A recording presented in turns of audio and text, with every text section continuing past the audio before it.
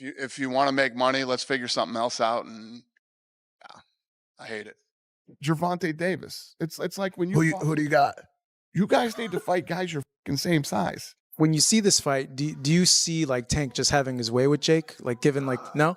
No, I'm gonna tell you this is what I tell Tank, and Tank said it in the interview.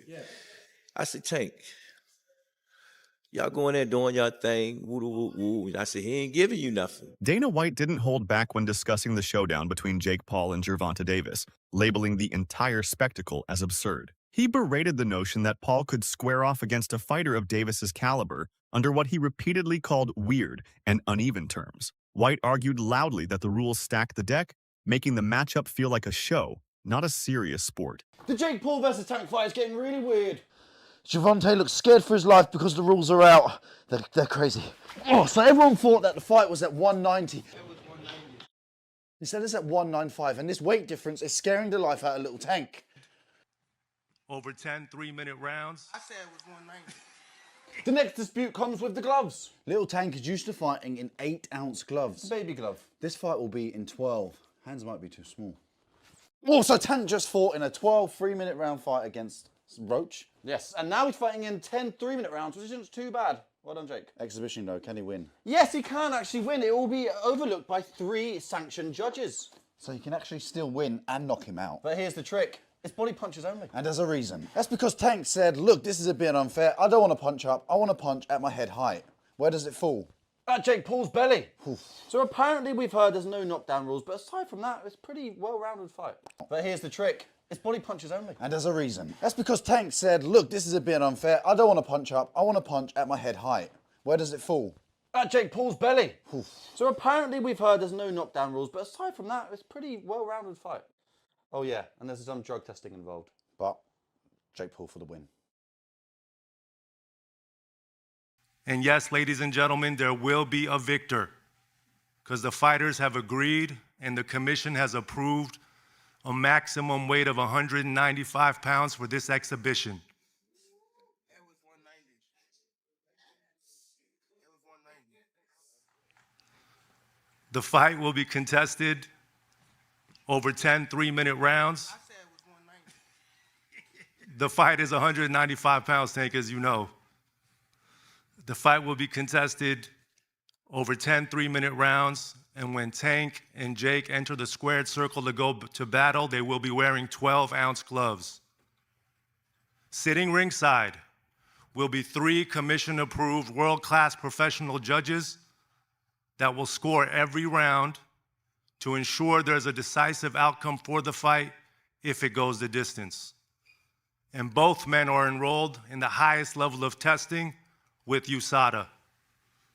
So Tank, Jake. Boxing insiders are raising serious eyebrows about the glove arrangements for Jake Paul versus Gervonta Davis. In a matchup where Davis is stepping well outside his usual weight class and facing a much heavier opponent, his trainer, Calvin Ford, pointed to the gloves as a major concern. He noted that the fighters are currently set to wear 12-ounce gloves, far heavier than what Davis normally uses in his lightweight bouts. Actually, when I heard about the fight, they called me and said, what you thought about the fight? I said, the fight doable. You know what I'm saying? Because I watched Tanky for years, and I watched other young men in gyms, you know, deal with big guys. You know what I'm saying? Yes, he's big. To me, it's like Jake having his first open fights. If anybody know about the amateurs going open, then you go pro. So, you know, he's going to fight a guy that does have skills. You know what I'm saying? My only concern is, you know, the gloves. You understand what I'm saying? Because we don't fight in 12-ounce gloves. We don't use 12-ounce gloves. That's training gloves. You know what I'm saying? I'm like, that's 2 pounds away from Jake. He fights in 10s. Tank fighting 8s. So he losing 4 ounces. So my thing is, I said, they said, put Tank in 8s, put him in 10s. That makes the fight more interesting. You know what I'm saying? And we'll go from there because I understand. And I brought that question up to one of his handlers. They was, no, we don't want to do no mixed match. It's supposed to be an expedition.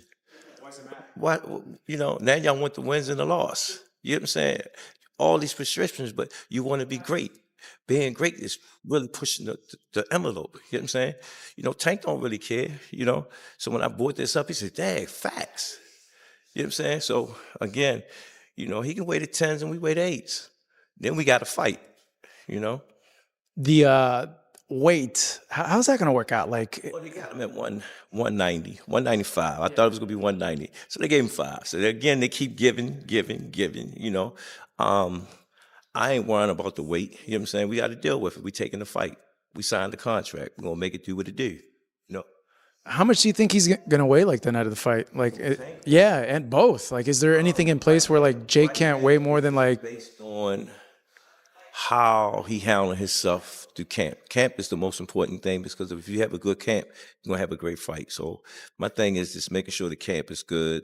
We doing all the necessary things, dealing with the weight, the gloves and all that stuff, you know? Competing at a much higher weight uses 10-ounce gloves. He argues that this would level the playing field more fairly.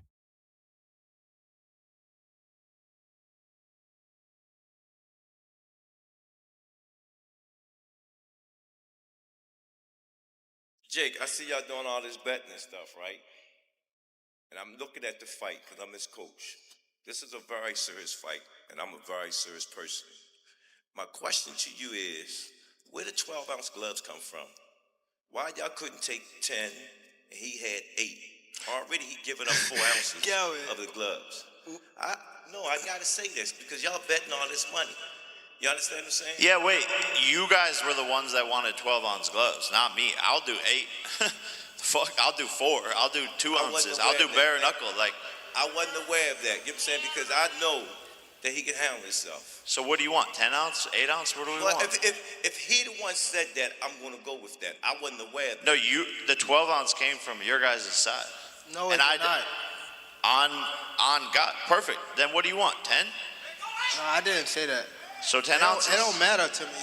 It don't Perfect. matter. It doesn't matter to him. So It don't back to matter. what I always wanted, which was 10 ounces. Great. Well, you just Thank made you for something the. It don't clear to matter. me. You just Thank made you. something clear to me because I didn't know because you fight at 10s, he fighting 8s. Yeah, your understand guys' what I'm saying? side. So I'm like I 12 could ounces. He's show giving the up 4. emails and the screenshots. I You get guys it now. asked for 12 It's ounces. part of negotiation. I get it now. No, let's do it. 10 ounces, 8, let's do it. That's great. That's going to make it more exciting for the fans. Thank God. I wanted 10s really badly. Let's do it.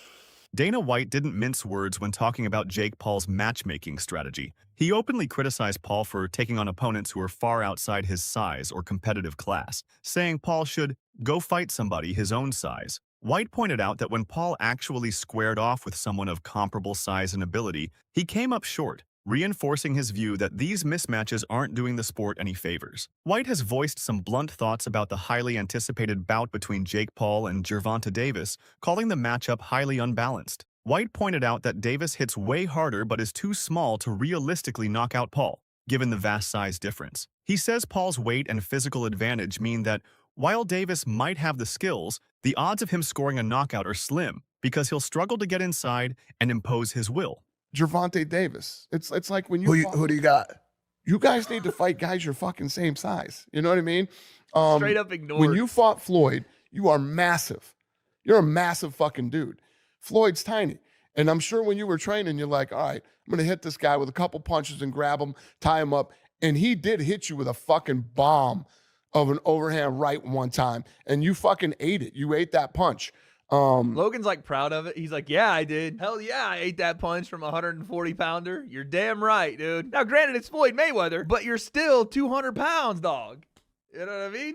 This is why, and I agree with Dana on this. This is why the Gervonta fight makes no sense to me. Because yes, Floyd didn't have the punching power Gervonta had. But even if Gervonta lands, I don't see him hurting Jake to the point he knocks him out.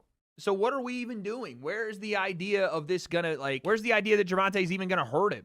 He may hurt him to the body, whatever. Jake doesn't want to throw as much, but I don't see him one punch knocking Jake out. And, the same thing was kind of said with Logan. Like, okay, Floyd probably won't knock him out, but probably going to outbox him. I get where Dana's coming from. These things are not meant to be competitive fights. They're meant to make money and to, I guess, scratch that itch of the circus mystery unknown. And Gervonta, I think, hits way harder than fucking Floyd, but he's too small. I mean, your brother's going to be able to, get inside on him, put his weight on him, tie him up. But I don't hate your brother. Your brother's out there doing his thing. But it cracks me up that they want to start suing people that are talking shit when your brother talks more shit than anybody talks. I think the thought process behind it is, okay, so Jake and I are obviously pretty polarizing individuals. And when an echo chamber starts and a rumor mill starts of like staged fight bullshit, which like these fights aren't staged, you know, that's just, it's at that level, it's like almost impossible. I think they think that it affects the business and it affects the brand because people discredit him as actually having legitimate bouts. According to recent reports, Gervonta Davis has been increasing his body weight during his training camp, now reportedly walking around closer to 160 pounds, even though he's never officially weighed more than the lightweight limit of 135 pounds. This move positions him closer to the catch weight agreed for his exhibition bout against Jake Paul, narrowing the gap and potentially mitigating one of Paul's advantages. The additional size could improve Davis's punch resistance and enhance his power, making him a more formidable and unpredictable opponent. In effect, the bulk up may help him absorb heavier shots and deliver stronger counterattacks, shifting the dynamic of the fight. While still below the agreed catch weight limit, the weight gain signals that Davis is taking the challenge seriously and preparing to show a different version of himself. Yeah. Gervonta Tank Davis, it's my prediction that Gervonta Tank Davis is going to weigh in on the night of the fight against Jake Paul, knocking on 160 pounds. Don't be surprised if he's 157 pounds, something like that. You guys see this footage? Look at Tank. Now, if you know what you're looking at, the guy must be around 150 right now, 153, something like that. And you can really tell when he's sideways. When you look at him sideways and see the depth. See, from the front view, you can't really tell. But when he turns sideways, the guy is a wrecking ball. He's literally a baby rhino out there. And I think that is the idea for him to bulk up and be a little powerhouse out there. And I'm all for it. I'm going to tell you in this video why I think that's the best thing for Tank and why I think he will be knocking on 160 pounds. Most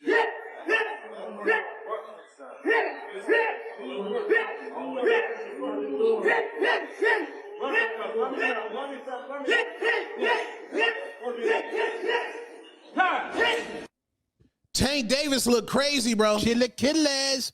Gervonta Tank Davis hitting a heavy bag in preparation for his Jake Paul fight November 14 down there in Florida. Man looks absolutely amazing. Man looks like a monster. Man looks like precision. Jake Paul cannot take those body shots. You mean to tell me somebody who done fought UFC fighters and a man with Parkinson's disease can take a body punch from Gervonta Tank Davis and y'all basing y'all logic just because Jake Paul is big? No, Tank's going to go ahead and put this man to sleep. I'm telling y'all that right now. If Tank don't put this man to sleep, he done let the black community down, he done let boxing down, and he ain't never been that nice. You Tank fans, y'all trying to give him a pass. If y'all said Tank is as skilled as y'all say he is, if he does not put Jake Paul to sleep and stop Jake Paul, his boxing career is absolutely voided. He already don't care about legacy, and just imagine he don't knock out Jake Paul, and now y'all want to say it's not a real fight, it's an exhibition. No, we not giving no passes, bro. This Gervonta Tank Davis, he needs to put Jake Paul to sleep.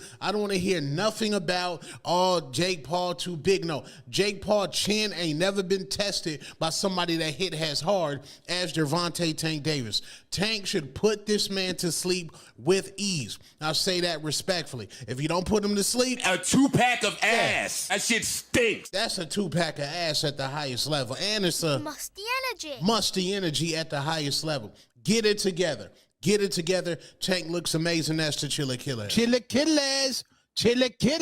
Teddy Atlas believes Davis is as close to a complete fighter as boxing has right now. He praises Tank not only for devastating power and finishability, but also for his counter-punching instincts, the way he sets traps, his control of distance, and his mental fortitude in the ring. Atlas sees Davis as patient when needed, deliberate in his actions, and always thinking 2 steps ahead, never simply relying on brute force. In his view, these qualities make Davis the one boxer among the elite lightweights who has all the tools required to potentially beat someone like Jake Paul, whose style is developing, but whose record doesn't yet reflect elite technical refinement. Real boxer, real world champion boxer that the only other time he was in for the fans to get mad with that was against Fury's Tommy Fury, but it wasn't that level, obviously, and all the size things you just rightfully pointed out.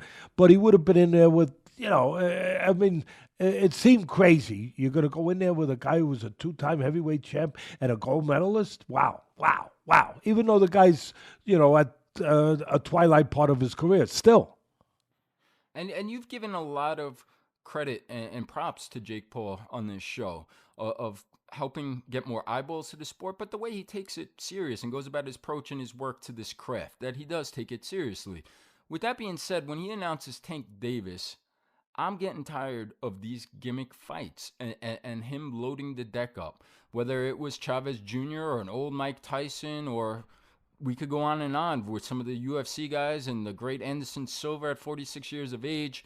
Tank Davis, great fighter, current fighter, world champion. We know how good he is. Been a top 10 pound-for-pound guy for you for the last few years now. But he's 5'5" and 135 pounds. This sounds like it would be a 195-pound fight, an exhibition. Wouldn't count on their records. Not a whole lot of other details other than it will be in November, and it sounds like in Atlanta. But I've said enough. I just want to hear your take. What do you make of this news of Jake Paul and Tank Davis? But, and I'm smiling a little bit. But back in the day, I love the 1800s, 1700s, my friend out there, 1700s, whatever. But I love the old-time fighters. They were catchweights. And there was guys like Sam Langford. I know Sam Langford shouldn't even be comparing him with this because he's so special. But, I mean, where Sam Langford beat heavyweights. He fought from lightweight to heavyweight and beat heavyweights. I mean, back in the day when you had a lot of great fighters fighting each other in catchweights, you did have some smaller guys fight bigger guys, and you had them. You had success in spots. So I'm half with tongue in cheek, but I'm half serious because I've been in the boxing business 50 years.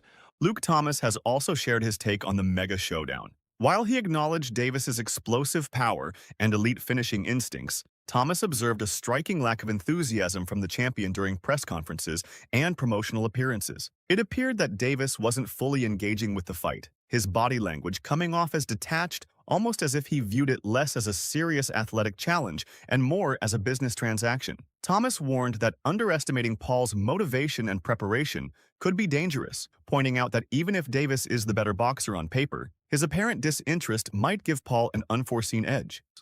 Pereira in MMA. Do you feel the same? Yeah, I mean, you could make the argument that Tyson Fury also didn't stick to the order of what was in front of him as a pure boxer due to taking I can't even remember if it went on his record at this point or not, but whatever, the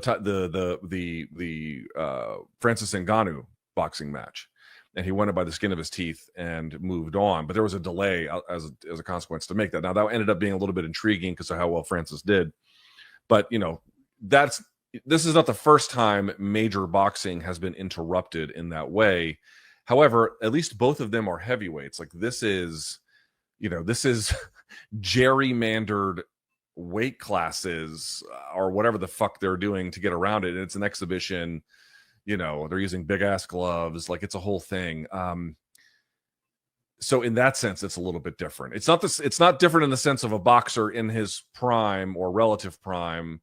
Carl Froch shared a similar view. He warned that Paul's size and atypical power present a serious threat to Davis, won't be used to being hit like that. Froch's concerns reflect widespread unease within boxing circles. This is seen less as a competitive bout and more as a freak show, with legitimacy and fighter safety in question. Froch has issued a stern warning about the safety risks of the next Paul